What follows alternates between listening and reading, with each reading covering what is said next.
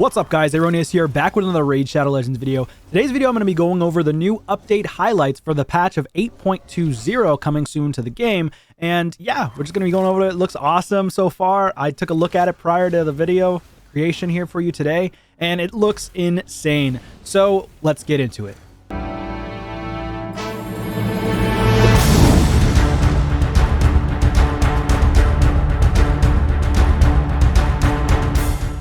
Alright y'all, so we do have the highlights here, the update highlights that are coming to the game of Raid. And so basically I'm just going to go over the main stuff. I'm not going to go over the new champions and the new blessing balances, rebalances that are coming into the game, because I do have a video like that already posted. If you'd like to check out the video, it'll be somewhere around here in the video or linked in the description below. So the best things are coming to the game of Raid pretty soon. We've got update 8.20 and onwards. We begin releasing powerful new legendaries who wield a new type of skill, which is faction unity, which is pretty cool. These renowned commanders become more powerful depending on the number of champions of the same faction that they team up with. Faction unity skills can be either activated or passive. So they could be active or passive skills, but all of them will have a 3 level to them. So they'll have 3 levels. The first level being, much less powerful compared to the 3rd level, right? It gets progressively better overall. Let's skip through this. Basically I'll talk about the new champions in another video. Probably you'll see the video either sometime later today or tomorrow when I post it. So there's going to be, for example, Sacred Order faction unity skills gets level 1, upgrade for 2 for Sacred Order, so on and so forth. Yeah, so I'm not going to get into this right now. I will go over that in the next video. So permanent super raids, that's pretty awesome. We do want that to come to the game of Raid. I think we've been waiting for that for a while. Obviously, they've already had super raids that have been kind of plugged in here and there based on Plarium's needs, not based on the player's needs. So I think Plarium's starting to listen in that sense, where they try to make the game a little bit faster for the players, because there's so much more content in the game now with the new addition of Cursed City and everything else coming to the game, and then more and more champions. It just becomes a little bit tedious, and so you don't want to be stuck in the game all day long. So thank you, Plarium, for trying to listen a little bit more.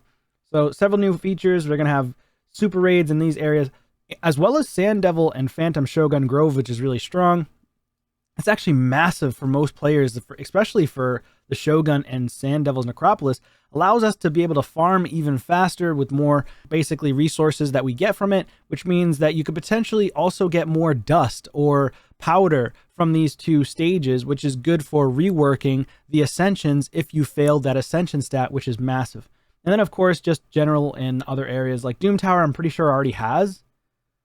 Or no, it doesn't. It just has like a weird feature where it auto battles, but it's not like a quick battle. It doesn't do the floors very quickly. So this is just mainly for the bosses. It's not going to be for the floors, because you just do an auto battle floors.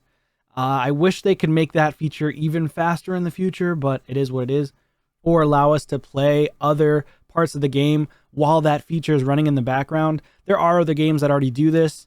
I think that it's very helpful to do. Or run dungeons, and then while you're running dungeons, you can actually back out of the dungeon while it's still running and then go to another dungeon to continue farming. That's what they should be doing, not just adding, super raids, although it is a push in the right direction. Let's see. Disclaimer: all limited time super raids will be disabled starting February 6th. It is a temporary measure we're taking to make some technical tweaks. So on the 6th, today, they actually turned off. I was wondering why I wasn't getting super raids today. So they are turning them off just to make sure they can fix and make sure they're editing everything perfectly. So when they do push out this patch on Thursday, it will come out seamless, hopefully. Fragment exchange chest. I did talk about that already, I believe, in the video. But yeah, so 1 legendary champion is 1 exchange point.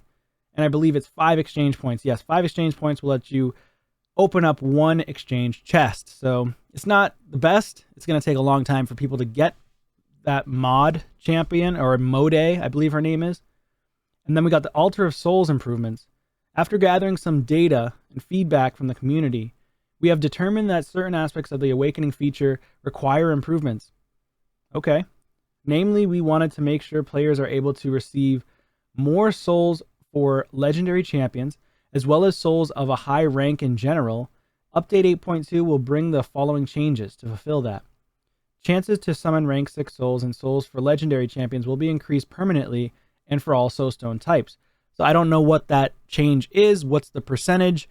I'm sure somebody's going to figure it out in the background. They'll just data mine it and get the information for us over time. The wish list multiplier will be significantly increased from ×2 to ×8.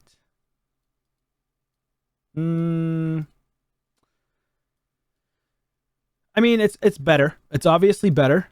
I hope that it actually works as intended when they do it, because that's huge, because I never, ever, ever get my legendary wishlist champions. Ever. I always get different legendaries. And of course, the same thing goes for rares and epics, but I feel like I get the rares more so than I get the epics and legendaries for my wish list. As always, we appreciate the feedback you guys provided in the future. Okay, rebalances, so blessing rebalances, 2 champion changes, and that's pretty much it for the update for 8.20. And then the faction unity skills, I will go over that in another video. So what do you guys think about the changes? Let me know in the comments down below. Also, please consider subscribing to the channel, would really help us out, and I will see you on a video soon. Take care.